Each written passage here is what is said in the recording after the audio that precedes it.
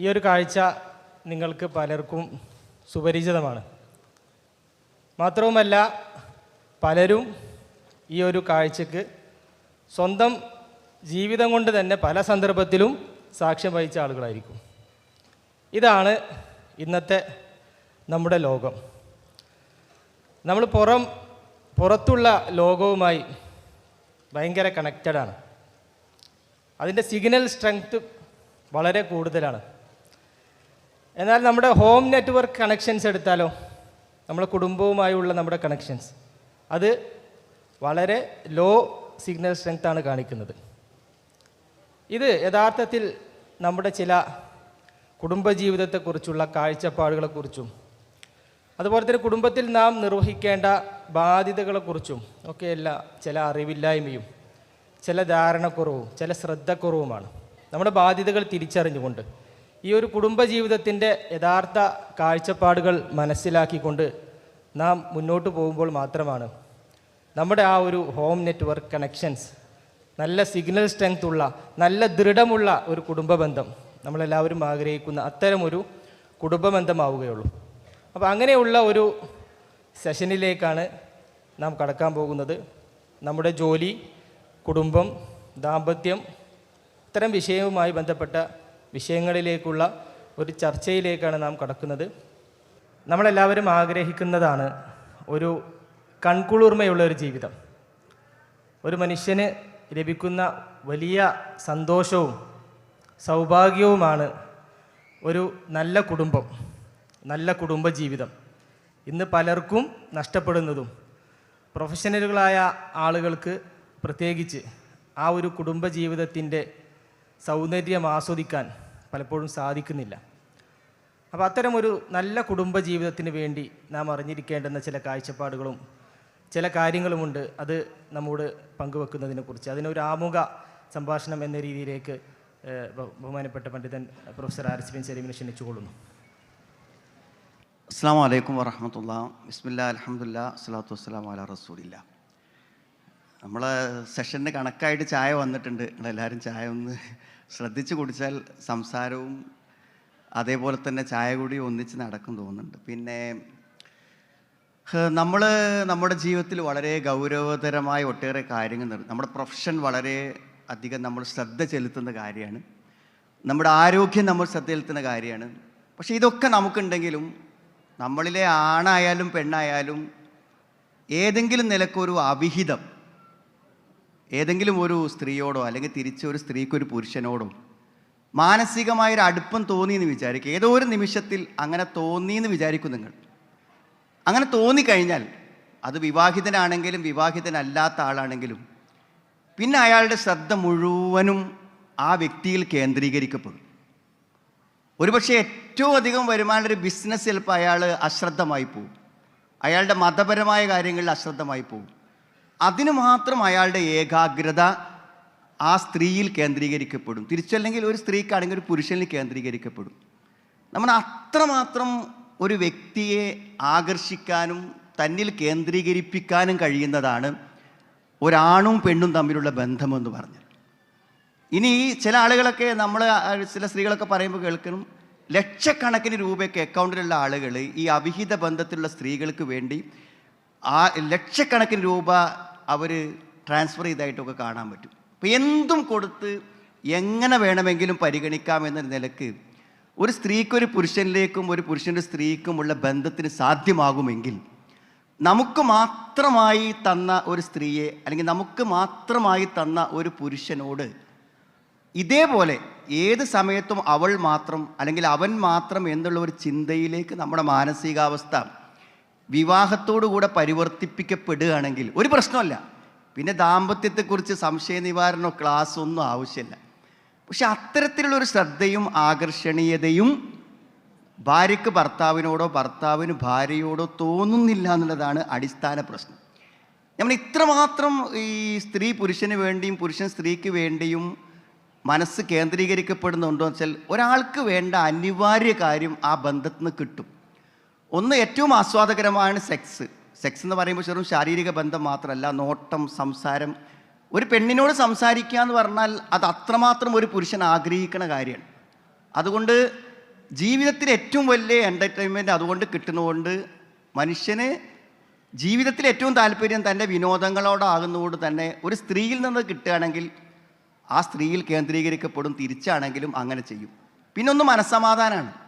നമ്മൾ ജീവിതത്തിൻ്റെ തിരക്കുകൾക്കിടയിലും ജോലികൾക്കിടയിലും ഒരു മനസ്സമാധാനം കിട്ടാൻ ഒരാണും പെണ്ണും തമ്മിൽ ആശയ കൈമാറ്റം ചെയ്യുമ്പോൾ സാധ്യമാകും. അപ്പോൾ ജീവിതത്തിൽ വേണ്ടതെല്ലാം ലഭിക്കാൻ നമ്മുടെ ഭാര്യയിൽ നിന്ന് സാധ്യമാണ്, തിരിച്ച് ഭർത്താവിൽ നിന്ന് സാധ്യമാണ്. പക്ഷെ അങ്ങനത്തെ ഒരു മനസ്സും ഇഷ്ടവും നമുക്ക് വേണമെന്നുള്ളതാണ്. ഞാനതിൻ്റെ ഒരു പ്രായോഗികത പറയാം. എൻ്റെ ഒരു സുഹൃത്ത് അടുത്ത കാലത്ത് മരണപ്പെട്ടു. അപ്പോൾ അദ്ദേഹം ക്യാൻസർ രോഗിയായിട്ടാണ് മരണപ്പെട്ടത്. അപ്പോൾ അദ്ദേഹത്തിന് ക്യാൻസർ വന്ന് ഏകദേശം ഒരു 4-5 വർഷം വീണ്ടും ജീവിതം ലഭിച്ച ഒരാളാണ് അയാൾ. അങ്ങനെ അയാൾ മരിക്കുമെന്ന് അയാൾക്കറിയാം. മരിച്ചാലുള്ളൊരു പ്രശ്നം എന്ന് വെച്ചാൽ അയാളുടെ ഭാര്യ എന്ത് ചെയ്യും, ഒറ്റപ്പെട്ടു പോകുമെന്ന് അയാൾക്കറിയും. കാരണം അവരെ ശ്രദ്ധിക്കാൻ പ്രത്യേകിച്ച് ആൾക്കാരൊന്നുമില്ല. അങ്ങനെ ഇയാൾ മരിച്ചു. അള്ളാഹു അദ്ദേഹത്തിന് പുറത്തു കൊടുക്കട്ടെ. മരണം കഴിഞ്ഞ് ഏകദേശം എനിക്ക് തോന്നുന്നത് കുറേ മാസങ്ങൾ പിന്നിട്ടു. അങ്ങനെ മാസങ്ങൾ പിന്നിട്ട് അയാൾ രോഗിയായി കിടന്നിരുന്ന അലമാര തുറന്നപ്പോൾ ഈ സ്ത്രീ ഒരു ഹാർട്ട് പേഷ്യൻ്റാണ്. അതുകൊണ്ട് അവർക്കെപ്പോഴും അടുക്കളയിൽ എന്തെങ്കിലും ജോലി ചെയ്യുന്ന സമയത്ത് എന്ത് ചെയ്യും, വല്ല മുറിവൊക്കെ ആയിക്കഴിഞ്ഞാൽ ബ്ലീഡിങ് വരും. അപ്പോൾ ആ ബ്ലീഡിങ് പ്രതിരോധിക്കാൻ എപ്പോഴും അവർക്ക് എന്തൊരു ബാൻഡേജ് വേണം. അപ്പോൾ വർഷങ്ങളോളം ഉപയോഗിക്കാനുള്ള ബാൻഡേജ് അയാൾ ഒരു പാത്രത്തിലാക്കി ഒരു ചെറിയ കവറിലാക്കി അതിൽ വെച്ചിട്ടുണ്ട്. വീണ്ടും അവർ ആ അലമാര പരിശോധിച്ചപ്പോൾ അതിൽ പിന്നെ കാണുന്നത് എന്താണെന്ന് വെച്ചാൽ റിമോട്ടിൻ്റെ ബാറ്ററികളാണ്.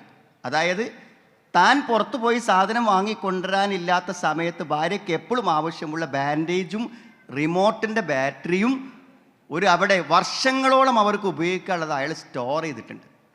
ആ മനസ്സ്, അതാണ് ഒരു ഭർത്താവിൻ്റെ മനസ്സ്. കരുതൽ എന്തൊക്കെ നമുക്ക് പറയാൻ പറ്റും എന്ന് പറഞ്ഞാൽ ജീവിച്ചിരിക്കുമ്പോൾ മാത്രമല്ല, ഞാൻ മരിച്ചാൽ പോലും എൻ്റെ വൈഫ് കയ്യിൽ കത്തി തട്ടിയാൽ എന്ത് ചെയ്യുമെന്ന് ചിന്തിക്കുന്നൊരു മനസ്സുണ്ടല്ലോ.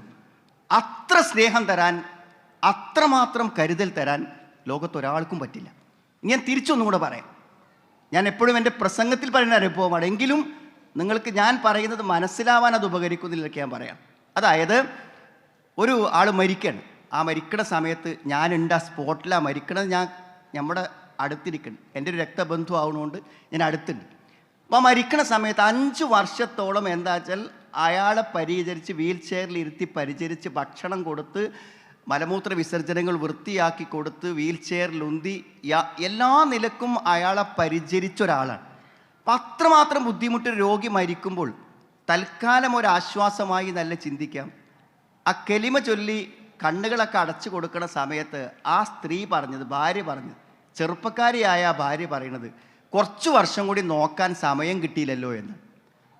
ആ മനസ്സ് നമ്മൾ അറിയിക്കണം. കുറച്ച് ഇങ്ങനത്തെ ഒരു അവസ്ഥയിൽ രോഗിയായി കിടന്ന് കുറച്ച് കാലം കൂടി കൂടെ നിൽക്കാൻ അവസരം കിട്ടിയില്ലല്ലോ എന്ന് പറയുമ്പോൾ ഒരു സ്ത്രീക്ക് തൻ്റെ ഭർത്താവിനോടുള്ള മാനസികാവസ്ഥ എന്താണ്? ഇതിൽ രണ്ടിലും ഭർത്താവ് എന്ത് ചെയ്യണം, ഭാര്യ എന്ത് ചെയ്യണം എന്നുള്ളത് ഞാൻ ഈ പറഞ്ഞ ഉദാഹരണത്തിലുണ്ട്. ഭർത്താവ് എന്താ ചെയ്യേണ്ടത്? ഭാര്യ എന്ത് ചിന്തിക്കുന്നുവോ അത് മുഴുവനും പരിഹരിച്ചു കൊടുക്കുന്ന ഒരു രക്ഷിതാവായി കൂടെ വേണം. അങ്ങനത്തെ ഒരു ഭർത്താവ് സമ്പൂർണ്ണനാണ്, തൻ്റെ ദൗത്യം വിജയിച്ച ഒരു ഭർത്താവാണ്. എൻ്റെ ഭർത്താവിന് എന്തെല്ലാം പരിചരണങ്ങളും അനുസരണങ്ങളും ആവശ്യമുണ്ടോ അത് മടുപ്പില്ലാതെ, എത്ര ചെയ്താലും മടുപ്പില്ലാതെ, എന്തു തന്നെ ചെയ്യേണ്ടി വന്നാലും ഞാൻ കൂടെ ഉണ്ടാകും എന്നതാണ് ഒരു ഭാര്യയുടെ മനസ്സ്. ഇത് 2 പേർക്കും ഉണ്ടെങ്കിൽ ദാമ്പത്യത്തിൽ പരിഹരിക്കേണ്ടതായ യാതൊരു പ്രശ്നം ഉണ്ടാവില്ല എന്നാണ്. ഇങ്ങനെ മനസ്സടുപ്പമുള്ള 2 ആളുകൾ എത്ര ശക്തിയുള്ള, എത്ര ശേഷിയുള്ള ആൾക്കാരെ കാരണം. ഇപ്പോൾ നിങ്ങളിലൊക്കെ ഒരാൾക്ക് എന്തുമാത്രം കപ്പാസിറ്റി ഉണ്ട്, ഒരു ഹോട്ടൽ അല്ലെങ്കിൽ ഒരു കമ്പനി അല്ലെങ്കിൽ ഒരു സ്ഥാപനം അത് മുഴുവനും മോണിറ്റർ ചെയ്ത് കൊണ്ടുപോകാൻ മാത്രം കപ്പാസിറ്റി ഉണ്ട്. നിങ്ങളുടെ വൈഫും എഡ്യൂക്കേറ്റഡ് ആണ്. ഈ 2 പേരുടെയും കൂടി കഴിവ് നിങ്ങളുടെ മക്കളെ 2-3 മക്കളെ സംരക്ഷിക്കുന്നതിന് വേണ്ടി ഉപയോഗിക്കുകയാണെങ്കിൽ ആ മക്കളൊരു അത്ഭുതമായിരിക്കും, ലോകത്തൊരു മഹാത്ഭുതമായിരിക്കും. നിങ്ങളുടെ 2 പേരുടെയും കഴിവിനെ നിങ്ങൾ ആലോചിച്ചും ചിന്തിച്ചും ആസൂത്രണം ചെയ്തും ആ കുട്ടികൾക്ക് വേണ്ടി വിനിയോഗിക്കുകയാണെങ്കിൽ ആ കുട്ടികൾ ഈ ലോകത്തൊരു അത്ഭുതമായിരിക്കും. യോജിപ്പോടുകൂടെ 2 പേരുടെയും കഴിവുകളെ ചർച്ച ചെയ്ത് ആലോചിച്ച് ഒന്നിച്ച് ചേർന്ന് കുട്ടികളോടൊപ്പം ചേരാൻ പറ്റണമെങ്കിൽ നമ്മൾ തമ്മിൽ ആത്മബന്ധം വേണം.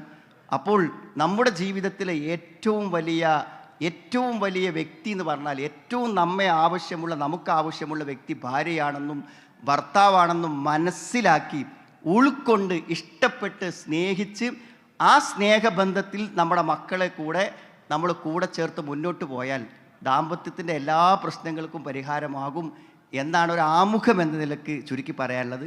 ഇനി ഇൻഷാ അല്ലാഹ് ചോദ്യത്തിലൂടെ നമുക്ക് കടന്നു പോകാമെന്ന് വിചാരിക്കുന്നു. പലപ്പോഴും കുടുംബത്തിന് വേണ്ടിയൊക്കെ സമയം ചെലവഴിക്കണം എന്ന് ആഗ്രഹിക്കുന്ന ആളുകൾ അവർക്കും അവരുടെ ആ ഒരു ജോലി ഭാരം മൂലം, ഇപ്പോൾ ഇവിടെ എഴുതി കിട്ടിയ ഒരു ചോദ്യത്തിൽ ഒരാൾക്ക് 12 മണിക്കൂർ വരെയൊക്കെയാണ് ജോലി എടുക്കേണ്ടി വരുന്നത്. അപ്പോൾ ഇങ്ങനെ ഒരു സാഹചര്യത്തിൽ എങ്ങനെ നമ്മൾ കുടുംബത്തിന് വേണ്ടി സമയം ചെലവഴിക്കും, കണ്ടെത്തും എന്നതാണ് പലർക്കും അറിയാൻ ആഗ്രഹമുള്ള ഒരു വിഷയം. ഞാൻ പറഞ്ഞ ഏറ്റവും അധികം ബുദ്ധിശൂന്യമായ ഒരു പരിപാടിയാണ് ഈ ജോലിക്കൊരു സമയമോ ഒരു പരിധിയോ ഒരു ടാർഗറ്റോ ഒന്നും നിശ്ചയിക്കാതെ ജോലിയിൽ നിരതമാവുക എന്നുള്ളത് ഒരു പൊട്ടത്തരാണെന്നാണ് നമുക്ക് നാടൻ ഭാഷയിൽ പറയാൻ പറ്റും.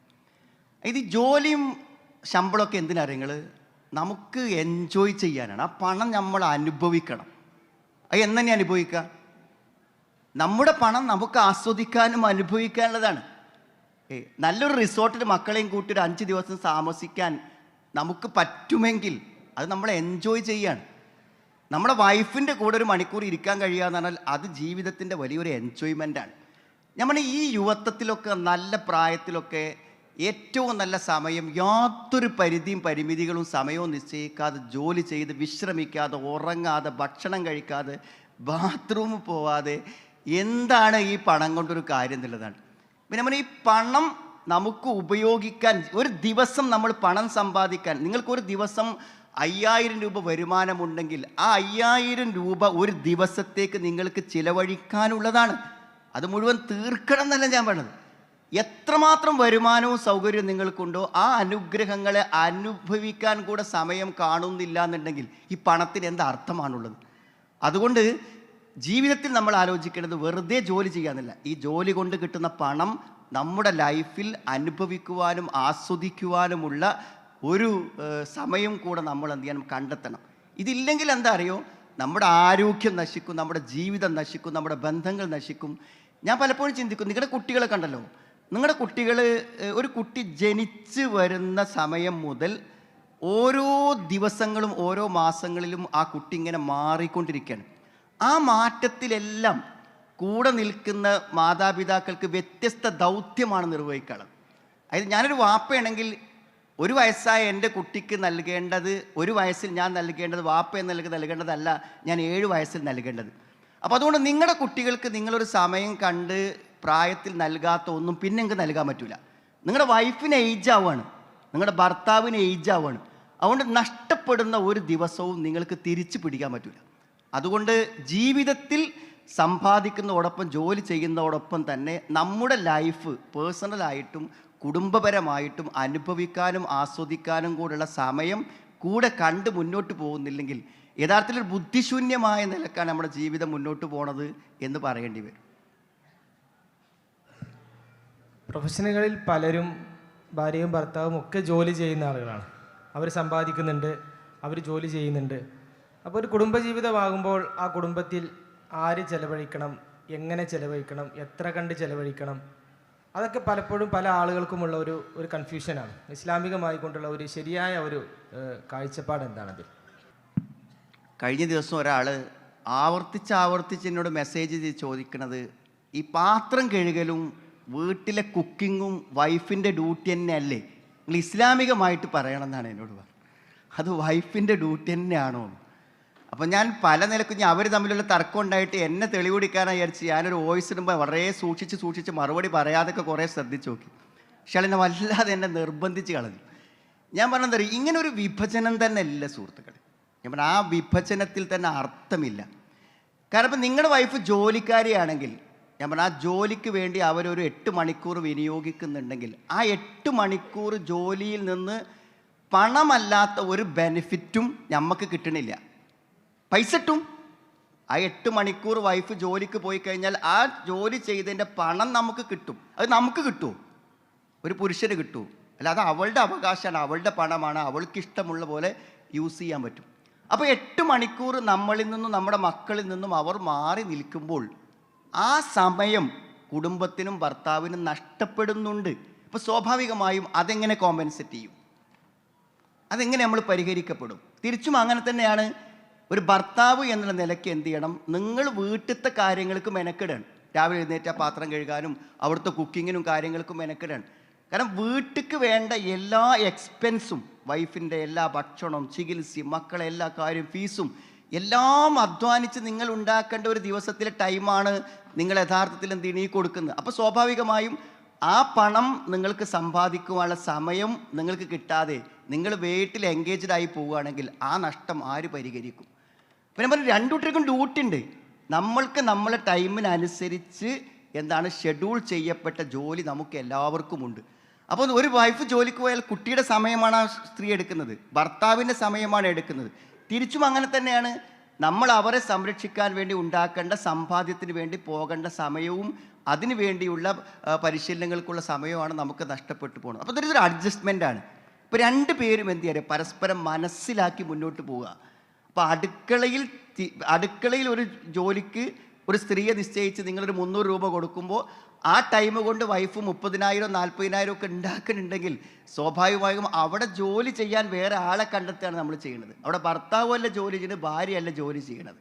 പക്ഷെ നമ്മളെപ്പോഴും ചിന്തിക്കേണ്ടത് എന്താ വെച്ചാൽ അവനവൻ്റെ ജോലിക്കാണ് അവനവൻ പ്രയോറിറ്റി കൽപ്പിക്കേണ്ടത്. അപ്പം അങ്ങനെ ആകുമ്പോൾ എന്ത് ചെയ്യണം? സമ്പാദിക്കുക, വീടിന് വേണ്ട വരുമാനം ഉണ്ടാക്കുക എന്നുള്ളത് ഭർത്താവിന് ഇസ്ലാം ഏൽപ്പിച്ചൊരു പണിയാണ്. വബിമ അംഫഖു മിൻ അംവാലിഹിം, അതേപോലെ തന്നെ അർരിജാലു ഖവ്വാമുന അലൻ നിസ, ഫുൾ എക്സ്പെൻസ് പണം ഉണ്ടാക്കേണ്ട ഡ്യൂട്ടി ഭർത്താവിൻ്റെതാണ്. ഞാൻ സ്ത്രീകളോട് പറയും, എത്ര ബുദ്ധിമുട്ടിയാലും അത് അയാളെ കൊണ്ട് തന്നെ ചെയ്യിപ്പിക്കണം. ഞാൻ പറഞ്ഞു നിങ്ങളുടെ എങ്കിലേ ആ സ്നേഹവും ബന്ധവും ഉത്തരവാദിത്വമൊക്കെ ഉണ്ടാവുള്ളൂ. ഇത് ഈ ഭർത്താവ് കുറച്ചൊരു ജോലി ചെയ്യാനൊക്കെ മടിയനാണെങ്കിൽ സ്ത്രീകൾ വേഗം പുതിയ ഡിഗ്രി എടുത്ത് പുതിയ ക്വാളിഫിക്കേഷൻ നേടി പുതിയ PSC എഴുതി മുഴുവൻ ചുമതലയും തലയിൽ ഏറ്റെടുക്കും. പിന്നെ ആ വൈക്ക് അയാൾ വരൂല. ഞാൻ പറഞ്ഞത് ഭർത്താവിൻ്റെ ജോലി അയാൾ ചെയ്യണം. ഇനി ഭാര്യയുടെ ജോലി എന്ന് പറയുമ്പോൾ എന്താണ്? നമ്മുടെ കുട്ടികൾക്ക് മുല കൊടുക്കേണ്ടത് ആരാണ്? ഗർഭം ചുമക്കേണ്ടത് ആരാണ്? ഇതൊന്നും ഒരു ഭർത്താവിന് ഏൽക്കാൻ പറ്റൂല. ആ കുട്ടിക്ക് ഉമ്മ എന്ന നിലക്ക് അയാളുടെ സാന്നിധ്യം പ്രധാനമാണ്. ഉമ്മ എന്ന് പറഞ്ഞാൽ കുട്ടിക്ക് ഭക്ഷണം കൊടുക്കാൻ, കുട്ടീനെ താരാട്ട് പാടാൻ, അല്ലെങ്കിൽ കുട്ടീനെ കുളിപ്പിക്കാൻ, ഇതിനല്ല ഉമ്മ ഒരു സാന്നിധ്യമാണ്. ഉമ്മ പുറത്തു പോയി കഴിഞ്ഞാൽ കുട്ടി ആലോചിക്കണം എനിക്ക് ആരും ഭക്ഷണം തരുന്നില്ലല്ലോ എന്നല്ല, ഉമ്മ എവിടെയെന്നാണ്. അതൊരു സ്നേഹത്തിൻ്റെ അന്വേഷണമാണ്. ഉമ്മയുടെ ആവശ്യം സാന്നിധ്യമാണ്. പല ഉമ്മമാരും ധരിച്ചത് ഭക്ഷണം കിട്ടുന്നുണ്ടല്ലോ, അത് ഉമ്മമ്മ കൊടുക്കുന്നുണ്ടല്ലോ, കുട്ടീനെ നോക്കാൻ സ്കൂൾക്ക് പറഞ്ഞേക്കാൻ അവിടെ ആളുണ്ടല്ലോ, ഭക്ഷണം കൊടുക്കാൻ അവിടെ ചേച്ചി ഉണ്ടല്ലോ, അല്ലെങ്കിൽ പിന്നെ സർവൻ്റ് ഉണ്ടല്ലോ. ഉമ്മൻ്റെ സാന്നിധ്യം ഒരു സെക്കൻഡ് മാറി നിൽക്കുകയാണെങ്കിലും അത് പരിഹരിക്കാൻ വേറൊരാൾക്ക് പറ്റില്ല. അതുകൊണ്ട് ഞാൻ പറഞ്ഞത് എല്ലാവരും അവനവൻ്റെ ഡ്യൂട്ടി ചെയ്യാം. ഇനി മറ്റേ ഡ്യൂട്ടി ചെയ്യില്ല എന്ന് പറയരുത്. എൻ്റെ വൈഫ് ഒരു ഫുൾ ടൈം ജോലിക്കാരിയാണെങ്കിൽ ഞാൻ ചിലപ്പോൾ അടുക്കളയിൽ കയറേണ്ടി വരും. അപ്പോൾ ഞാൻ അടുക്കളയിൽ കയറണം, കുട്ടിയെ നോക്കേണ്ടി വരും, ഞാൻ അതിന് മെനക്കെടും. കുട്ടി എന്നെ ഏൽപ്പിച്ചുകൊണ്ടായിരിക്കും പോവുക, അപ്പോൾ ഞാനത് നിർവഹിക്കേണ്ടി വരും. അതൊരു പരസ്പരമുള്ള സഹകരണവും ധാരണയുമാണത്. അതുകൊണ്ട് അവനവൻ്റെ ഡ്യൂട്ടി, ഉമ്മ ചെയ്യുന്ന ഡ്യൂട്ടി വാപ്പ ചെയ്യാൻ വിചാരിച്ചാൽ അത് പൂർത്തിയാവില്ല. ഒരു രക്ഷിതാവ് ചെയ്യേണ്ട ജോലി ഒരു സ്ത്രീ ചെയ്യാൻ ശ്രമിച്ചാൽ അതിന് ഭയങ്കരമായ പരിമിതിയുണ്ട്, ഡബിൾ ലോഡായിരിക്കും.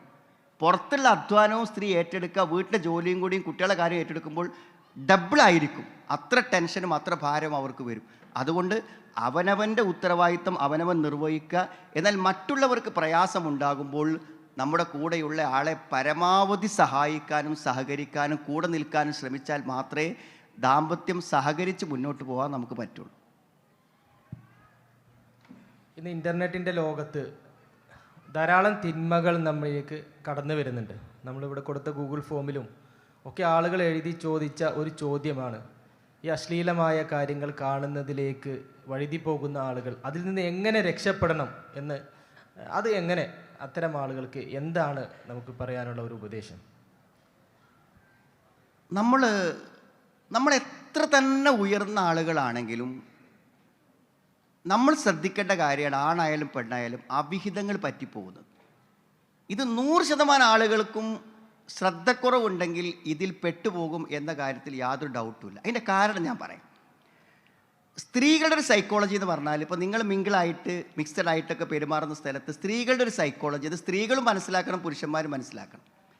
അതായത് ഒരു സ്ത്രീയും ഒരു പുരുഷനും തമ്മിലുള്ള ഒരു സാന്നിധ്യം, ഒന്നിച്ച് ചേരാനോ വർത്തമാനം പറയാനോ കൂടെ നിൽക്കാനോ അവസരം കിട്ടുമ്പോൾ ഒരു സ്ത്രീക്കൊന്നും തോന്നൂല. ഒരു ചീത്ത ഉദ്ദേശം ഒരാണിനെ കിട്ടി ഒന്ന് സംസാരിക്കാം ഒന്നും തോന്നൂല.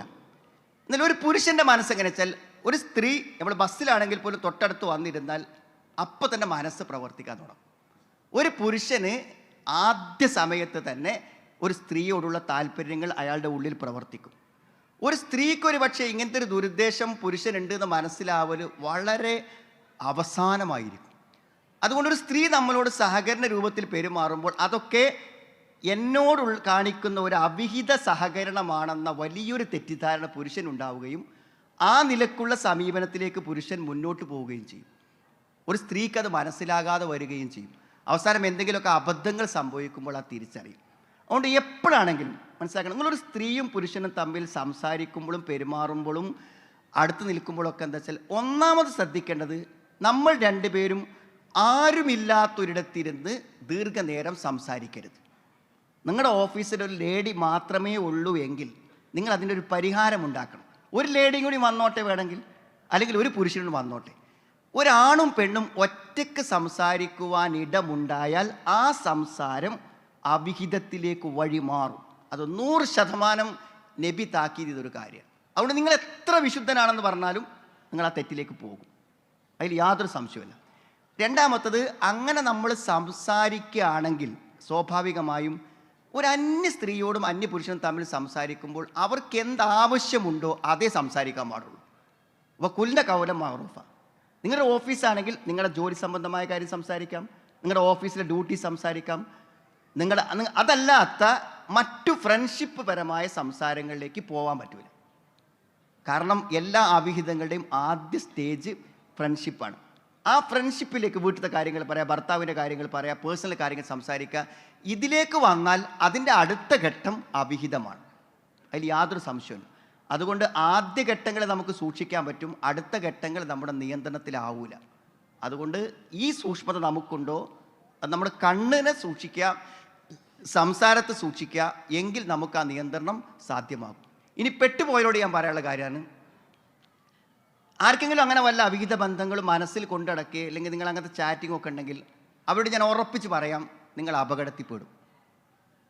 കാരണം നിങ്ങളത് നിർത്താത്തിടത്തോളം കാലം അതിന് സ്വാഭാവികമായ ഒരു പരിണിതി ഉണ്ട്. ഒന്നില്ലെങ്കിൽ നിങ്ങളുടെ വൈഫ് അറിയുന്നു, അല്ലെങ്കിൽ ഹസ്ബൻഡ് അറിയുന്നു, അല്ലെങ്കിൽ എന്തെങ്കിലും അവിവേകങ്ങൾ സംഭവിക്കുന്നു, അബദ്ധങ്ങൾ സംഭവിക്കുന്നു, നിങ്ങളുടെ മാനം പോകും, നിങ്ങളുടെ മക്കൾ പോകും, നിങ്ങളുടെ എല്ലാ മാന്യതയും പോകും. ഒരു സംശയമില്ല. കാരണം അത് വളരും, അതൊരു അപകടത്തിലേക്ക് പരിണമിക്കും. നിങ്ങൾ എത്ര ശ്രദ്ധിച്ചിട്ടും കാര്യമില്ല. ശ്രദ്ധിച്ച് കൊണ്ടുപോകാമെന്ന് നിയന്ത്രിച്ച് കൊണ്ടുപോകാൻ പറ്റുന്നൊരു കാര്യമേ അല്ലത്. അതൊരു അപകടത്തിലേക്ക് പെട്ടു. അതുകൊണ്ടാണ് വല തക്റബു, നിങ്ങൾ അടുത്ത് പോകരുത് പറഞ്ഞു. അടുത്താൽ എത്തും, അതിൻ്റെ പരിസരത്ത് നിൽക്കുന്നവൻ അതിൽ പതിക്കും. അങ്ങനത്തെ ഒരു രോഗം, അങ്ങനത്തെ ഒരു അപകടം സെക്സ് മാത്രമേ ഉള്ളൂ.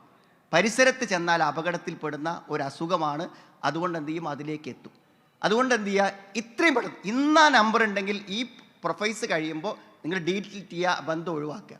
വേണമെങ്കിൽ ഒരു മെസ്സേജ് ലാസ്റ്റ് ഇടാം ഡിലീറ്റ് ചെയ്യുന്നതിന് മുന്നേ, ഇത് അപകടമാകുമെന്ന് എനിക്ക് ഉറപ്പുണ്ട്, ഇന്നൊരു പ്രോഗ്രാം ഞാൻ പങ്കെടുത്തിരുന്നു, ഇതിവിടെ തീർന്നു എന്ന് നിങ്ങൾക്ക് ഇന്ന് പറയാൻ പറ്റുമെങ്കിൽ നിങ്ങൾക്ക് അള്ളാഹു തരുന്നൊരു കാവലാണ്. ഇന്നത് പറയാൻ പറ്റില്ലെങ്കിൽ നിങ്ങൾ ആ അപകടങ്ങളുടെ ദുരന്തം അനുഭവിച്ചു മാത്രം നിങ്ങൾ ഇന്ന് പിൻവാങ്ങും. എന്തായാലും പിൻവാങ്ങേണ്ടി വരും. ഒരു ദിവസം ഒരു അപകടത്തിലും അപമാനത്തിലും വിട്ടിട്ട് അതിന് പിൻവാങ്ങുക. പിന്നെ നമുക്കതിന് പിൻവാങ്ങുള്ള കാര്യം ശരിയല്ലെന്ന് മനസ്സിലായാൽ അപ്പം ഇന്ന് ഒഴിവാകുക. ഇസ്ലാമിൽ വേറൊരു പ്രശ്നമല്ല, തെറ്റാണെന്ന് മനസ്സിലായാൽ ആ സെക്കൻഡിൽ അത് അവസാനിക്കും. ഇനി മനസ്സിലെ പൈശാചിക ചിന്തകളൊക്കെ പോകാൻ നല്ലതാണ് അദ്കാറുകളൊക്കെ, രാവിലെ വൈകുന്ന അദ്കാറുകളൊക്കെ ചൊല്ലി ഖുർആനൊക്കെ ഓതുമ്പോൾ എന്ത് ചെയ്യും, തെറ്റിനോടുള്ള താല്പര്യങ്ങൾ കുറയും. അങ്ങനെയൊക്കെ നമുക്ക് നിയന്ത്രിക്കാൻ പറ്റും. പക്ഷെ സാഹചര്യങ്ങൾ ഇല്ലാതാക്കാതെ ഒരു തെറ്റും അവസാനിപ്പിക്കുക സാധ്യമല്ല. അപ്പോൾ ആ സ്ത്രീയെ നിങ്ങൾ എപ്പോഴും കാണാനും സംസാരിക്കാനും അവസരം ഉണ്ടെങ്കിൽ, ആ പുരുഷനുമായി ബന്ധപ്പെടാൻ അവസരം ഉണ്ടെങ്കിൽ അത് തുടരും. അതൊരു അപകടത്തിൽ പരിസമാപ്തി കുറിക്കും. അതുകൊണ്ട് സുഹൃത്തുക്കളെ, വല്ലതും മാനം കെടാതെ ഇവിടെ വന്നിരിക്കണ വല്ല മഹാന്മാരും ഉണ്ടെങ്കിൽ ഇന്ന് നിങ്ങളത് അവസാനിപ്പിച്ചില്ലെങ്കിൽ നാളെ അപകടത്തിൻ്റേതാണെന്ന് തിരിച്ചറിയുക. അല്ലാതെ ഒരു കാവലാണ് ഇതുവരെ അത് പുറത്ത് വരാതെ വന്നത് എന്ന് മനസ്സിലാക്കുക. ഇതിനോടനുബന്ധിച്ച് വന്ന മറ്റൊരു ചോദ്യമാണ്, മൊബൈലിലൂടെ അശ്ലീലങ്ങൾ കാണുന്ന, അശ്ലീല സൈറ്റിന് അഡിക്റ്റഡ് ആയിട്ടുള്ള ആളുകളുണ്ട്. അത്തരം ആളുകൾക്ക് അതിൽ നിന്ന് പുറത്തു കടക്കാൻ എന്താണ് മാർഗം, എന്താണ് ശ്രദ്ധിക്കേണ്ടത് എന്നതിനെക്കുറിച്ച്? ഈ സെക്സ് എന്ന് പറയുമ്പോൾ എന്താ അറിയോ, അത് അതിന് മാത്രം ആസ്വാദകരമായൊരു കാര്യമാണ്. അത് ആസ്വദിക്കണമെങ്കിൽ എന്ത് വേണമെന്ന് വെച്ചാൽ നമുക്ക് അനുവദനീയമായ ഒരു ഇണയിലൂടെ മാത്രമേ അത് ആസ്വദിക്കാൻ പറ്റുള്ളൂ. അപ്പോൾ ഈ അവിഹിതമായ ലൈംഗിക വൈകൃതങ്ങൾ ഏതും സെക്സിൻ്റെ ശരിയായ ആസ്വാദനത്തെ ഇല്ലാതാക്കും. അപ്പോൾ അവരൊക്കെ ഏറ്റവും വലിയ ഹതഭാഗ്യരാണ്. സ്വന്തം വൈഫിലൂടെ അല്ലെങ്കിൽ സ്വന്തം ഹസ്ബൻഡിലൂടെ മാത്രം ഒരാൾക്ക് സെക്സ് സാധ്യമാകും, ആസ്വാദനം സാധ്യമാകുമെങ്കിൽ തീർച്ചയായും അയാൾക്ക് എന്ത് ചെയ്യുന്നറിയോ, അതിൻ്റെ പരിപൂർണത അനുഭവിക്കാൻ പറ്റും. എന്നാൽ അവിഹിതങ്ങളിൽ ഒന്നും അതെന്തല്ല, സാധ്യമല്ല എന്നുള്ളതാണ്. ഈ കൂടുതലായിട്ട് ഈ കാഴ്ചയിലൂടെ ആസ്വാദനങ്ങളും പോൺസൈറ്റും കാണുന്ന ആളുകൾക്ക് എന്താ വെച്ചാൽ അതിൻ്റെ അടുത്ത സ്റ്റേജുകളും അടുത്ത സ്റ്റെപ്പുകളും ഒന്നും എന്തല്ല ശരിയായി സാധ്യമല്ലാതെ വരും. പിന്നെ ഇതെന്താ, ഇതൊരു മനസ്സിൻ്റെ തോന്നൽ മാത്രമാണ്. ഞാൻ പറയാൻ കാരണം, ചെറിയ പ്രായമുള്ള നമ്മുടെ ഭാര്യ, നമ്മൾ അനേകം സ്ത്രീകൾക്കിടയിൽ നിന്ന് നോക്കി കണ്ണിനിഷ്ടപ്പെട്ടത് തിരഞ്ഞെടുത്തൊരു ഭാര്യ, അവളോട് മാത്രം ഒന്നും തോന്നണില്ല. വേറെ ഏത് പെണ്ണിനെ എവിടെ വെച്ച് കണ്ടാലും മനസ്സെന്ത് ചെയ്യാണ്, എന്തോ അവളിൽ എന്തോ ഉണ്ട് എന്ന് നമുക്ക് തോന്നുന്നുവെങ്കിൽ അത് മനസ്സിൻ്റെ തോന്നൽ മാത്രമാണ്. എനിക്ക് നിങ്ങളോട് പറയാനുള്ളത്, നിങ്ങൾ ഏതെങ്കിലും ഫോട്ടോ കാണുമ്പോൾ അല്ലെങ്കിൽ പോൺസൈറ്റ് കാണുമ്പോൾ അവിടെ ഒരു സ്ത്രീയിൽ ആകർഷണീയമായി കാണുന്നത് എന്താണോ അത് നിങ്ങളുടെ വൈഫിനുണ്ട്.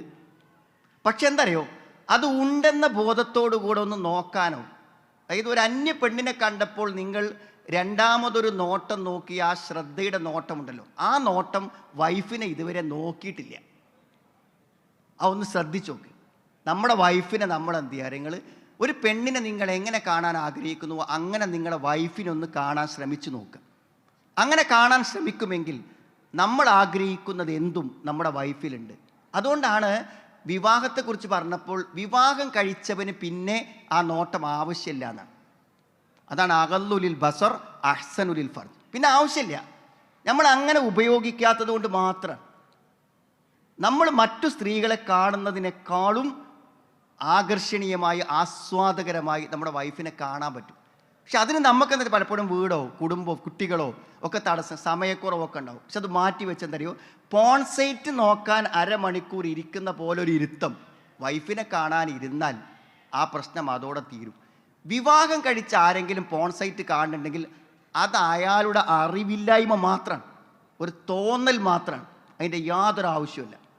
അത് വൈഫിലൂടെ അവന് പരിഹരിച്ച് പോകാൻ പറ്റും. സത്യത്തിൽ സ്ത്രീകൾക്ക് ആസ്വാദനം കിട്ടുന്നത് എപ്പോഴാണെന്ന് വെച്ചാൽ നമ്മൾ അങ്ങനെ അവരെ ആസ്വദിക്കുമ്പോൾ മാത്രമാണ്. അല്ലെങ്കിൽ അവർ ഉപയോഗശൂന്യമായി കിടക്കുന്ന പോലെ അവർക്ക് തോന്നും, അവരെ കൺസിഡർ ചെയ്യാത്ത പോലെ തോന്നും, പരിഗണിക്കാത്ത പോലെ തോന്നും. ഞാൻ പറഞ്ഞ തിരിച്ചും രണ്ടും. പിന്നെ നിങ്ങൾ രണ്ട് പേരും എന്താ വെച്ചാൽ വളരെ നിർലോഭമായി നമ്മൾ എന്ത് ചെയ്യണം, സെക്സ് പറയണം. ഈ അവിഹിത ബന്ധങ്ങളിലൊക്കെ എന്താ വെച്ചാൽ ആളുകൾ വളരെ മോശപ്പെട്ട കമൻറ്റുകൾ പറയും. ഈ മോശപ്പെട്ട കമൻറ്റുകൾ പറയുന്നതിലൊരു ആസ്വാദനമുണ്ട്. ആ കമൻറ്റ് നമ്മൾ പറയണം, വൈഫിനോട് പറയണം, വൈഫ് തിരിച്ച് പറയണം. വളരെ മോശമായ സെക്സുകൾ നമ്മൾ സംസാരിക്കണം, നമ്മൾ ആ നിലക്ക് നോക്കണം, കാണണം. ഇവിടെ ശരിക്കും തരൂ, ഒരു വൈഫിനെ ഉപയോഗപ്പെടുത്താൻ അറിയാത്തവൻ മാത്രമേ പോൺസൈറ്റ് കയറുള്ളൂ. വിവാഹിതരായ ഒരാൾ പോകുന്നുണ്ടെങ്കിൽ അത് അതുകൊണ്ട് മാത്രമാണ്. ഇല്ല അല അസുവാജിക്കും, അതായത് എന്താ പറഞ്ഞത്, നിങ്ങൾക്ക് ഗുഹ്യസ്ഥാനങ്ങളെ സൂക്ഷിക്കുന്നിടത്ത് എവിടേക്കൊക്കെ നിങ്ങൾ തെറ്റിപ്പോകുന്നുണ്ടോ അതിനൊക്കെ പകരം നിങ്ങൾ വൈഫിനെ ഉപയോഗപ്പെടുത്തണം എന്നാണ്. ആ വൈഫിലൂടെ അത് സാധ്യമാകുന്നതാണ്, തിരിച്ച് ഭർത്താവിലൂടെ സാധ്യമാകും. അപ്പോൾ ഒന്ന്, വിവാഹിതരെ സംബന്ധിച്ചിടത്തോളം തൻ്റെ ആസ്വാദനങ്ങളെ വൈഫിൽ കേന്ദ്രീകരിക്കുന്നതോടുകൂടെ ഒരു 80% പരിഹാരമായി. ബാക്കി നമ്മുടെ മനസ്സിനെ ശുദ്ധീകരിക്കാനും ഇത്തരം പൈശാചിക തോന്നൽ ഇല്ലാതാക്കാനുമുള്ള ഒരു ഇസ്ലാമികമായ സൂക്ഷ്മത കൂടെ ഉണ്ടെങ്കിൽ തീർച്ചയായും നമുക്ക് വളരെ സംശുദ്ധമായ, രോഗങ്ങളില്ലാത്ത, മനസ്സമാധാനമുള്ള, കുറ്റബോധമില്ലാത്ത ഒരു ജീവിതം സാധ്യമാകും. പിന്നെ ഇതൊക്കെ കാണുന്ന ആളുകൾ അനുഭവിക്കുന്ന മാനസിക സംഘർഷവും അതുകൊണ്ടാകുന്ന ബുദ്ധിമുട്ടുകളൊക്കെ വളരെ വലുതാണ്. ഞാൻ പറയും, ഈ പിന്നെ പോൺസൈറ്റിലൊക്കെ അകപ്പെട്ട ആൾക്കാർ ഈ കൗൺസിലിങ്ങിനൊക്കെ വരുമ്പോൾ ഒരു കരയാ ചെയ്യുക, പറ്റണില്ല സർ എന്ന് പറഞ്ഞിട്ട് കരയാ ചെയ്യുക. അപ്പോൾ എത്രമാത്രം മാനസിക സംഘർഷമാണ് അവർ അനുഭവിക്കുന്ന നോക്കുക നിങ്ങൾ. എന്തിനാ സുഹൃത്തുക്കൾ ഇങ്ങനെയൊക്കെ ജീവിക്കേണ്ട കാര്യം? ആ കാണുന്നതിനേക്കാൾ ഇതൊക്കെ വെറും മേക്കപ്പാണ് നമ്മൾ ഈ കാണുന്ന സൈറ്റിലൊക്കെ ഉള്ളത്. നേരെ മറിച്ച് ഒരു പുരുഷനും തൊടാത്ത, ഒരു പുരുഷനും കാണാത്ത ഒരു സ്ത്രീ നമുക്ക് സ്വന്തമായി ഉണ്ടാകുമ്പോൾ മറ്റെല്ലാ സ്ത്രീകൾക്കും ഒന്നാണുള്ളത് എന്ന് മനസ്സിലാക്കാനും നമ്മുടെ വൈഫിലൂടെ അത് കണ്ട് ആസ്വദിക്കാനും പറ്റുമെങ്കിൽ അതാണ് സംശുദ്ധമായ ഒരു മനസ്സിൻ്റെ ഗുണം. മറ്റൊന്ന്, പലരും പങ്കുവെച്ച ഒരു ആശങ്കയാണ് മക്കളുടെ കാര്യം. ഇന്ന് മക്കൾ പല സംസ്കാരത്തിലേക്കും പ്രണയത്തിലേക്കും ലഹരിയിലൊക്കെ പോയിക്കൊണ്ടിരിക്കുന്ന ഒരു സാഹചര്യമുണ്ട്. അത്തരം ഒരു സാഹചര്യത്തിൽ നിന്ന് മക്കളെ എങ്ങനെ നമുക്ക് സംരക്ഷിച്ച് നിർത്താൻ സാധിക്കും? ഞാൻ ഇൻ്റെതൊന്നും റെഫറൻസായിട്ട് പറയാനില്ല, പക്ഷെ എപ്പോൾ എനിക്ക് പറയണം തോന്നുന്നു. കഴിഞ്ഞ വെള്ളിയാഴ്ച ഞാൻ പറഞ്ഞ ഖുത്തുബകളൊന്നും കേട്ട തിരക്കില്ലെന്ന് തോന്നുന്നുണ്ട്.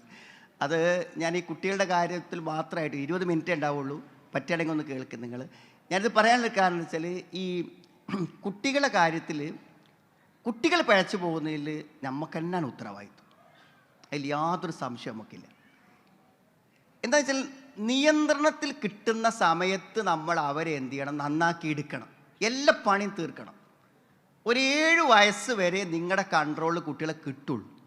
കുട്ടി വളരും തോറും നമ്മുടെ കൺട്രോളിൽ നിന്ന് പുറത്തു പോവുകയാണ്. ഇപ്പോൾ നിങ്ങളുടെ വീട്ടിൽ +2 ഒരു കുട്ടി ഉണ്ടെങ്കിൽ അവന് നിങ്ങളുമായി ഒരു കണക്ഷനും ഇല്ല. അവൻ്റെ മൊബൈൽ വഴി ഈ ലോകത്ത് മുഴുവൻ അവന് കണക്ഷൻസ് ഉണ്ട്, നിങ്ങളുമായി ഒരു കണക്ഷനും ഇല്ല. അപ്പോൾ നമ്മുടെ കൺട്രോളിൽ നിന്ന് പോകുന്നതിന് മുമ്പ് നിങ്ങൾക്ക് എന്തും അവന് നൽകാൻ പറ്റുന്ന, ഇപ്പോൾ നിങ്ങളുടെ കൂടെ ഇന്ന് യാത്ര ചെയ്ത് വന്നൊരു 5 വയസ്സായ കുട്ടി ഉണ്ടെങ്കിൽ ആ 5 വയസ്സായ കുട്ടിയോട് നിങ്ങൾക്ക് പുറപ്പെട്ട് മുതൽ ഇവിടെ എത്തുന്നവരെ അവനോട് നിങ്ങൾക്ക് നിങ്ങളിൽ മാത്രം കോൺസെൻട്രേറ്റ് ചെയ്ത് അവനുമായിട്ടൊരു കോൺവെർസേഷൻ, സംസാരവും സംഭാഷണങ്ങളും നടക്കും. ആ നടത്തം നിങ്ങളുടെ കൂടെ വരുന്ന ഒരു +2 കുട്ടിയോട് നിങ്ങൾക്ക് സാധ്യമല്ല. അതുകൊണ്ട് എന്താ പറയുക, ചെറുപ്രായത്തിൽ എല്ലാ ഇമാമിങ്ങളും മഹാത്മാക്കളും ഒക്കെ ഖുർആൻ പഠിച്ചത് 7 വയസ്സിന് മുമ്പ് 8 വയസ്സിന് മുമ്പൊക്കെയാണ്. അപ്പോൾ അതാണ് നിങ്ങളുടെ കുട്ടിയെ എന്താക്കണമെന്ന് നിങ്ങൾ വിചാരിച്ച് ആ കുട്ടിയുടെ ഒരു 7 വയസ്സിൻ്റെ ഉള്ളിൽ നിങ്ങൾ ആ കുട്ടിയിൽ ഇടപെട്ടാൽ അവൻ്റെ വിശ്വാസം, അതേപോലെ തന്നെ അവൻ്റെ സംസ്കാരം, അവൻ്റെ സ്വഭാവം, അവൻ്റെ പെരുമാറ്റം, മറ്റുള്ളവർക്കിടയിൽ എത്തുമ്പോൾ അവൻ്റെ സമീപനം, അവൻ പള്ളിയിൽ പോയാൽ സ്വീകരിക്കേണ്ട അവൻ്റെ എന്തും നിങ്ങൾക്ക് പഠിപ്പിക്കാൻ പറ്റും. അതുകൊണ്ട് ഞാൻ പറഞ്ഞ നല്ലൊരു പ്രോഗ്രാം ഉണ്ടാക്കിയിട്ട്, ഞാൻ നേരത്തെ പറഞ്ഞ മാതിരി ഭാര്യയും ഭർത്താവും നമ്മുടെ കപ്പാസിറ്റി ശരിക്കും ഉപയോഗിച്ചിട്ട് അവരോട് കൂടെ നിൽക്കണം. അതിൽ വേണ്ടൊരു കാര്യമായിട്ട് എനിക്ക് തോന്നിയത് ഒന്ന് സ്നേഹമാണ്. നിങ്ങളുടെ കുട്ടികളോട് നിങ്ങൾ എന്ത് ചെയ്യണം? വളരെ വളരെ മാനസികമായി നിങ്ങൾ എന്ത് ചെയ്യണം? ഇഷ്ടപ്പെടണം. കാരണം കുട്ടികൾ പെട്ടെന്ന് നമ്മളെ ഒഴിവാക്കും. അതായത് ആ കുട്ടിക്ക് വേണ്ട ഒരു കൺസിഡറേഷൻ എൻ്റെ വാപ്പ തരില്ല, വാപ്പനെ പിന്നെ കുട്ടിക്ക് വേണ്ട, ഉമ്മന കുട്ടിക്ക് വേണ്ട. എത്രയും പെട്ടെന്ന് എന്ത് ചെയ്യുന്ന കുട്ടികൾ നമ്മളെ ഒഴിവാക്കും. അതുകൊണ്ട് കുട്ടികളോട് നിങ്ങൾ സ്നേഹത്തിൽ പെരുമാറണം. കുട്ടികളുടെ സ്നേഹം ഇല്ലാതെ പെരുമാറിനെ കുട്ടികൾ തെറ്റ് സംഭവിക്കുമ്പോൾ നമ്മൾ അവരെ അടിക്കും, നമ്മൾ ചീത്ത പറയും. അപ്പോൾ നമുക്ക് സ്നേഹിക്കാൻ കഴിയില്ല. കാരണം കുട്ടികൾ തെറ്റ് ചെയ്യുന്നില്ല. ഞാൻ പറഞ്ഞു, കുട്ടികൾ ഒരിക്കലും തെറ്റ് ചെയ്യുന്നില്ല. റുഫിയൽ കലമൻ സലാസ എന്നാണ്. 3 ആളേക്ക് അള്ളാഹു പേന ഉയർത്തിയതാണ്. ഭ്രാന്തൻ അവൻ എന്ത് ചെയ്താലും അള്ളാഹ് എഴുതൂല. ഉറങ്ങിക്കിടക്കുന്നവൻ അവൻ എന്ത് ചെയ്താലും അള്ളാഹു എഴുതൂല. പിന്നെ കുട്ടി അവർ പ്രായപൂർത്തിയാകണവരെ. അപ്പോൾ കുട്ടിനെ ചീത്ത പറയുമ്പോൾ, തെറ്റ് ചെയ്യാത്ത കുട്ടി നിങ്ങൾ ചീത്ത പറയണത്, കുട്ടി തെറ്റ് ചെയ്യൂല. നല്ലൊരു ചുമരുമേ, മനോഹരമായ പെയിൻ്റ് അടിച്ച ചുമരുമേ പിറ്റേ ദിവസം കുട്ടി കളർ പെൻസ് കൊണ്ട് വരക്കുന്നുണ്ടെങ്കിൽ അത് തെറ്റല്ല. അത് അവൻ ചെയ്യുന്ന ഏറ്റവും നല്ലൊരു പ്രവർത്തനമായിട്ട് അവൻ കാണുന്നത്. കയ്യിൽ നിന്നൊരു ഗ്ലാസ് വീണ് പൊട്ടുമ്പോൾ അവരൊരിക്കലും ഗ്ലാസ് പൊട്ടിക്കണമെന്ന് വിചാരിച്ചിട്ടില്ല. നമ്മൾ കുട്ടികളെ ചീത്ത പറഞ്ഞതെല്ലാം ഒരു നിരപരാധിയെ ശിക്ഷിക്കുകയാണ് ചെയ്തത്. അതുകൊണ്ട് അവൻ ആലോചിച്ച് എന്തിനാ എന്നെ ചീത്ത പറഞ്ഞതെന്ന് ആലോചിച്ചു. അതുകൊണ്ട് കുട്ടികളെ നിങ്ങൾ സ്നേഹിക്കണം, അവരെ നമ്മൾ പ്രോത്സാഹിപ്പിക്കാം, അവരെ കൂടെ നിന്ന് അവർക്ക് പറഞ്ഞു കൊടുത്ത് തിരുത്തുക. ഞാൻ പറയാം, ഏറ്റവും ഇൻട്രസ്റ്റഡ് ആയിട്ടുള്ളൊരു പരിപാടി എന്താ നിങ്ങൾ, ഇത്രമാത്രം ശ്രദ്ധയോടുകൂടെ നമ്മളെ കേൾക്കുന്ന മറ്റൊരാൾ ഉണ്ടാവില്ല. നിങ്ങൾ കുട്ടികളോടൊന്ന് സംസാരിച്ചു കൊണ്ട് നമ്മൾ പറയുന്നതൊക്കെ അത്ര കൃത്യമായി കേൾക്കുകയും ശ്രദ്ധിക്കുകയും ചെയ്തുകൊണ്ടിരിക്കും. അതുകൊണ്ട് ആ നല്ലൊരു സമയത്ത് നിങ്ങൾ എൻ്റെ കുട്ടി ഒരു പണ്ഡിതനാകണം, അല്ലെങ്കിൽ ഒരു ഡോക്ടറാവണം, എന്താ ഒരു നല്ല വ്യക്തിത്വമുള്ള ആളാവണം, ഒരു നേതാവാകണം, എന്താകണമെന്നാണോ നിങ്ങൾ വിചാരിക്കുന്നത്, അതിനനുസരിച്ച് നിങ്ങൾക്ക് ഒരു 7 വയസ്സിൻ്റെ മുമ്പുള്ളൊരു ഫൗണ്ടേഷൻ ആ കുട്ടിക്ക് നൽകാൻ പറ്റും. ഒരു പണ്ഡിതനാകണോ, അതിനുള്ള എല്ലാ ഫൗണ്ടേഷനും നിങ്ങൾക്ക് നിങ്ങളുടെ വീട്ടിൽ വെച്ച് നൽകാൻ പറ്റും. അപ്പോൾ ഒന്ന് ചിന്തിച്ച് നമ്മുടെ കുട്ടികളിൽ ഇടപെടണം. ഓരോ വാക്കിലും നമ്മൾ എന്ത് ചെയ്യണം? ലക്ഷ്യമുണ്ടാവണം. ഓരോ കുട്ടിയുടെ സന്ദർഭത്തെയും നമ്മൾ ഉപയോഗപ്പെടുത്തണം. കുട്ടിയുടെ കളി നമ്മളുടെ പ്രോഗ്രാമിംഗ് ആയിരിക്കണം. കുട്ടീൻ്റെ ഉറക്കത്തിൻ്റെ സമയം നമ്മൾ പ്രോഗ്രാം ചെയ്യണം. കുട്ടീൻ്റെ ഭക്ഷണത്തിൻ്റെ മെനു അത് നമ്മൾ പ്രോഗ്രാം ചെയ്യണം. അങ്ങനെ നിങ്ങൾ കുട്ടികളുടെ ജീവിതത്തിൽ ഇടപെട്ടാൽ, ഞാൻ നേരത്തെ പറഞ്ഞ മാതിരി നിങ്ങളുടെ മകൻ, നിങ്ങളുടെ മകൾ ഒരു ഭാവി അത്ഭുതമായിരിക്കും. പക്ഷേ സത്യത്തിൽ മനസ്സ് കൊടുത്ത് നമ്മുടെ കുട്ടികളുടെ കാര്യത്തിൽ നമ്മളൊന്ന് ചിന്തിച്ചിട്ട് പോലും ഉണ്ടാവില്ല എന്നതാണ് യാഥാർത്ഥ്യം. അല്പം ശ്രദ്ധയോടുകൂടെ നിന്നാൽ നമ്മുടെ കുട്ടികളെ നമുക്ക് നല്ലൊരു ഭാവി ഉണ്ടാക്കാൻ സാധിക്കും ഏത് രംഗത്തും. മറ്റൊരു മേഖലയിൽ വന്ന ചോദ്യം, കൂട്ടുകുടുംബമായി ജീവിക്കുമ്പോൾ ഉണ്ടാവുന്ന പ്രശ്നമാണ്. അത് ഭർത്താവിൻ്റെ മാതാവിനെയാണോ അനുസരിക്കേണ്ടത്, അതല്ല ഭർത്താവിന് ഭാര്യയാണോ അനുസരിക്കേണ്ടത് എന്ന ഒരു സംശയം, അല്ലെങ്കിൽ ഭർത്താവിൻ്റെ മാതാപിതാക്കൾ അവരോടുള്ള സമീപനത്തിലുണ്ടാവുന്ന പ്രയാസങ്ങൾ, ഇതിനൊക്കെ പരിഹാരമായിക്കൊണ്ട് ചില ആളുകൾ നമുക്കൊന്ന് മാറി താമസിച്ചാലോ എന്നൊരു അഭിപ്രായമായി വരുന്നത് ഇത് കൂട്ടുകുടുംബ വ്യവസ്ഥയിൽ ഉണ്ടാകുന്ന ചില പ്രശ്നങ്ങളാണ്. അത് എങ്ങനെ നമുക്ക് നല്ല രീതിയിൽ അത് പരിഹരിക്കാൻ സാധിക്കും? നമ്മൾ ഈ അമ്മായിമ്മ മരുമകൾ നമ്മളല്ലാത്ത, അതായത് ഭാര്യയും ഭർത്താവും അല്ലാതെ നമ്മുടെ ജീവിതത്തിൽ ഇടപെടുന്ന ആരാവട്ടെ ആ ആളുകളെ ഒന്നും മാറ്റാൻ കഴിയുമെന്ന് നിങ്ങൾ വിചാരിക്കരുത്. അവരെന്തെങ്കിലും മാറുമെന്ന് നിങ്ങൾ പ്രതീക്ഷിക്കുകയും ചെയ്യരുത്. ഒരിക്കലും അമ്മായിമ്മ ആ സ്വഭാവം മാറ്റില്ല, ഒരിക്കലും മാറില്ല. അതുകൊണ്ടെന്ന് ചിന്തിക്കേണ്ടത് വെച്ചാൽ ഈ നമുക്ക് ഉപദ്രവങ്ങൾ ഉണ്ടാക്കുന്ന ആളുകൾക്ക് ഒരു കാരണവശാലും നമ്മുടെ ലൈഫിൻ്റെ ആസ്വാദനത്തിലോ സന്തോഷത്തിലോ നമ്മുടെ പ്ലാനിങ്ങുകളിലോ ഒന്നും ഇടപെട്ട് നമ്മുടെ ജീവിതത്തെ നശിപ്പിക്കാൻ അവരെ അനുവദിക്കില്ലെന്ന നിർബന്ധ ബുദ്ധി ഭാര്യയ്ക്കും ഭർത്താവിനും ഉണ്ടാവണം. ഇങ്ങനൊരു ഉമ്മ ഇവിടെ ഉള്ളതുകൊണ്ട് എൻ്റെ ദാമ്പത്യം തൽക്കാലം നഷ്ടപ്പെടുത്താൻ ഞാൻ വിചാരിക്കണില്ല എന്ന് നിങ്ങൾക്ക് തീരുമാനം വേണം. ഒരാളെയും നമ്മൾ എന്ത് ചെയ്യരുത്, നമ്മുടെ സ്വൈരമായിട്ടുള്ള ദാമ്പത്യ ജീവിതത്തെ നശിപ്പിക്കാൻ അനുവദിക്കരുത്. ഇപ്പം എന്താണ്ടാണ് വെച്ചാൽ ഈ പ്രശ്നം ഉണ്ടാക്കുന്ന ആൾക്കാരെ കുറിച്ച് ചർച്ച ചെയ്തും അതിനെക്കുറിച്ച് അത് പരിഹരിക്കാൻ വേണ്ടി ചിന്തിച്ചിട്ടും നമ്മുടെ ജീവിതം നഷ്ടപ്പെട്ടു പോവുകയാണ് ചെയ്യണത്. മനസ്സിലായി? അതുകൊണ്ട് നമ്മളെന്ത് ചെയ്യണമെന്ന് വെച്ചാൽ അവരുടെ ബുദ്ധിമുട്ടിക്കലുകൾ നമ്മളെ ബാധിക്കാതിരിക്കാൻ നമ്മൾ ശ്രദ്ധിക്കുക. അപ്പോൾ ഭർത്താവിൻ്റെ ഉമ്മനെക്കുറിച്ച് ഭാര്യ പറയുമ്പോൾ സ്വാഭാവികമായിട്ടും ഭർത്താവിനത് ഉൾക്കൊള്ളാൻ പറ്റില്ല. അപ്പോൾ അത് പറയുന്നത് ദോഷം ഉണ്ടാവുള്ളൂ. പിന്നെ ഇനി കേൾക്കുന്ന കാര്യം അനുസരിച്ച് എന്തെങ്കിലും ഉമ്മനോടൊരു തിരുത്ത് പറയാൻ അയാൾക്ക് പറ്റൂല. പിന്നെ ഇതിന് നമ്മളതിന് ശ്രമിക്കണത്.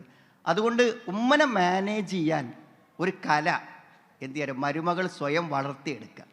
ഉമ്മയിൽ നിന്ന് ബുദ്ധിമുട്ടുണ്ടാകുന്നുണ്ട്, എൻ്റെ വൈഫിന് കുറച്ച് പ്രശ്നങ്ങൾ ഇവിടെ ഉണ്ട് എന്ന് ശരിക്കും മനസ്സിലാക്കി അവളെ സപ്പോർട്ട് ചെയ്ത് ഉമ്മക്കെതിരാവാതെ ഉമ്മയുടെ ഉപദ്രവങ്ങളും ബുദ്ധിമുട്ടുകളും അവർക്ക് മാനേജ് ചെയ്തിട്ട് മുന്നോട്ട് പോകാൻ ശ്രമിക്കാം.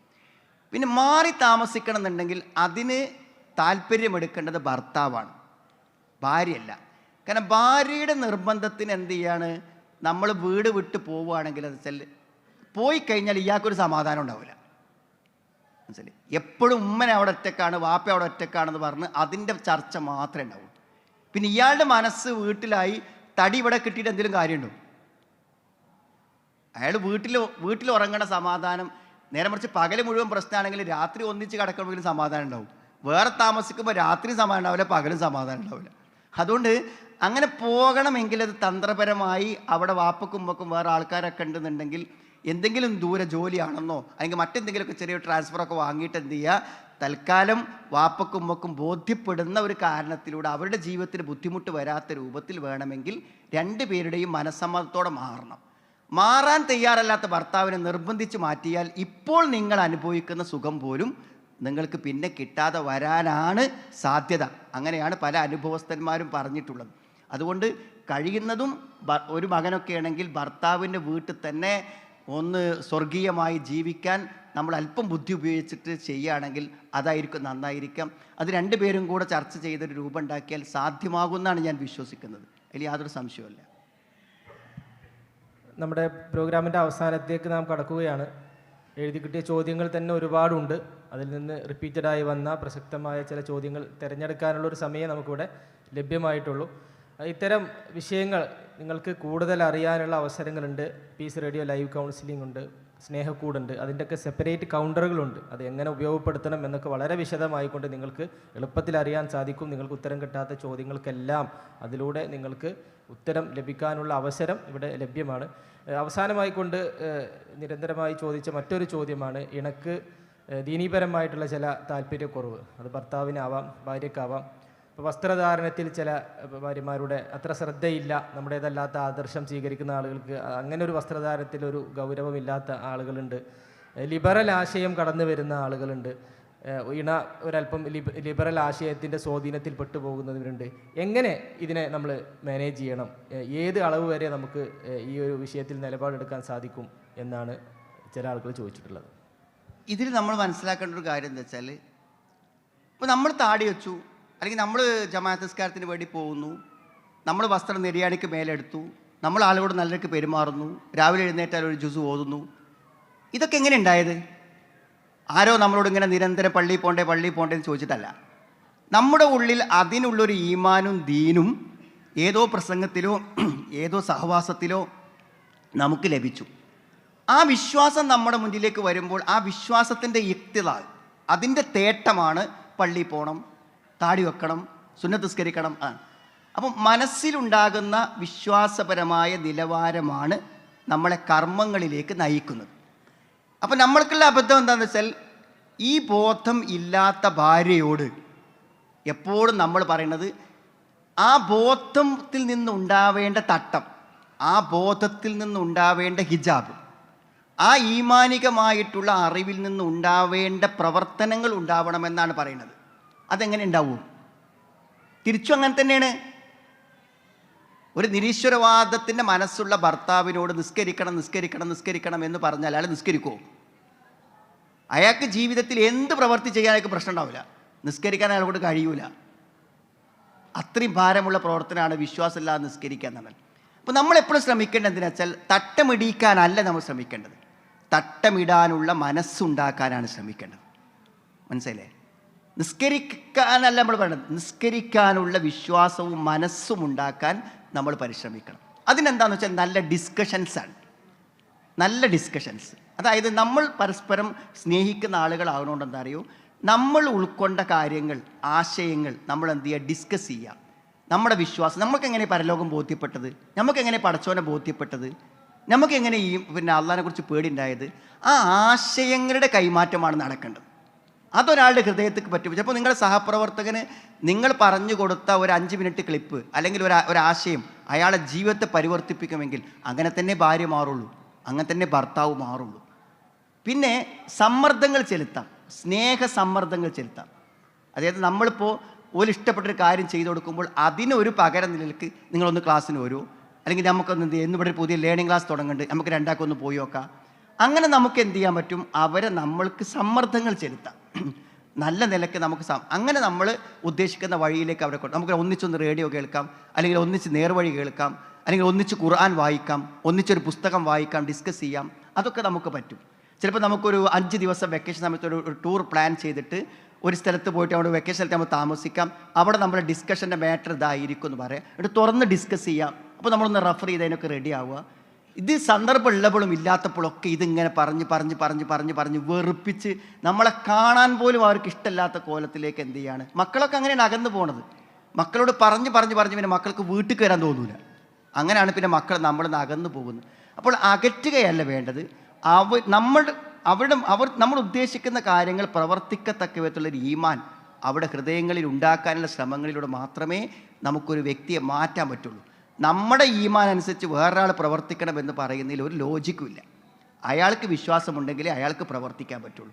ഇവിടെയാണ് നമുക്ക് അപകടം സംഭവിക്കുന്നത്. അവർക്ക് വിശ്വാസമില്ലാത്ത കാര്യത്തിൽ അവരെ നിർബന്ധിക്കുമ്പോൾ അത് അവരെ ബുദ്ധിമുട്ടിക്കലാണ്, വെറുപ്പിക്കലാണ്. നമ്മളെ കൊണ്ട് അവർക്കൊരു പ്രയാസം ഉണ്ടാകുക മാത്രമേ ചെയ്യൂ.